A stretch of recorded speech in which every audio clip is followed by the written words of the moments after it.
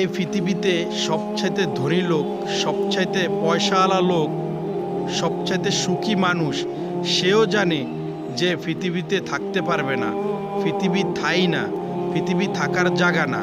আর যে লোকটা সবচাইতে দরিদ্র লোক সেও জানে যে পৃথিবী থাকার জায়গা না, পৃথিবীর থেকে চলে যেতে হবে। কারণ আমরা পৃথিবীতে আসছি আমরা আখেরাতের কামাইয়ের জন্য, আখেরাতের কিছু ভালো কাজ করার জন্য। আমরা পৃথিবীতে ভালো কিছু করে যাব, আমরা আখেরাতে সেটা পাবো। আমরা এই আশায় পৃথিবীতে আসছি। আমাদের তো পৃথিবীতে ঠাঁই নেই, কেননা কেউই তো থাকতে পারে না পৃথিবীতে। আমাদের আশেপাশে কত মানুষই তো দনিকেই চলে যেতেছে। আমিও একদিন চলে যাব, কারণ পৃথিবী থাকার জায়গা না। এজন্য বলি যে ভাই, নামাজ পড়েন, আল্লাহকে ডাকেন, 5 ওয়াক্ত নামাজ পড়েন। আর কিছু না হোক, আল্লাহ এই নামাজ দেখলেও তো আল্লাহ হয়তো আপনার জীবনের ফিসিলা গুনাহগুলি মাফ করে দিতে পারে। একটা না একটা তো উসিলা লাগবে, কারণ আপনি যখন নামাজ পড়বেন তখন আপনাকে আর পাপ কাজ করতে আপনার মন চাবে না। পাপাচার থেকে মানুষকে বিরত রাখে নামাজ।